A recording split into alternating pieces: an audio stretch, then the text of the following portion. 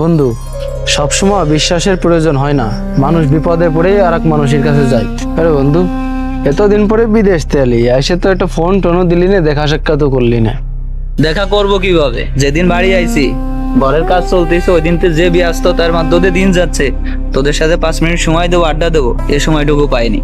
তা তারপরেও একটু বন্ধু বান্ধবের সাথে সময় দিতে হয় না? সেই তো বাড়ি উঠেছিস। ভাই দ্রুত আমার 5,000 টাকা দেন তো, আমি তো খুব বিপদে পড়েছি। আচ্ছা দাদা, উঠেছি। আচ্ছা এই না, এনে 5,000 টাকা আছে। টাকা কি করবা? ভাই এখন ঘর সময় নেই, পরে কমানো পরে। আচ্ছা যাও। বন্ধু, তুই যে ছেলেটারে মাত্র টাকা দিলি, ওই ছেলেটারে কি চিনিস? আরে না, লোকটা আসলে খুব ভালো, আমার সাথে মাঝে মধ্যে বাজারে দেখা হয়।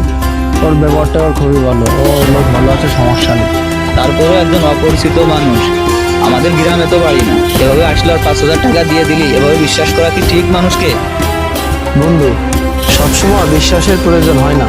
মানুষ বিপদে পড়েই আর এক মানুষের কাছে যায়। আর ও আমাকে বিশ্বাস করে আমার কাছে আইছে। ও ভাবিছে যে আমার কাছে আসলে পরে টাকা পাইবে না। আমরা মানুষ হয়ে যদি মানুষের পাশে, তার বিপদে যদি না থাকি, তাহলে আমাদের মনুষ্যত্বটা কই গেল? আর কিছু কিছু সময় আছে মানুষের দান শ্রদ্ধা করার থেকেও ধার দেওয়া অনেক সবের কাজ। বন্ধু, তুই ঠিক কথা বলছিস।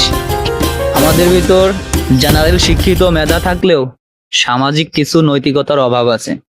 আসলেও মানুষের বিপদে আমাদের পাশে দাঁড়ানো একজন মুসলমান না, প্রত্যেকটা ধর্মের মানুষেরই কর্তব্য। বন্ধু তুই থাক, আমার বাড়ি একটু কাজ আছে। আচ্ছা যা, কালকে সকালে দেখা হবে না তোর আচ্ছা, সাথে। ঠিক আছে। যা।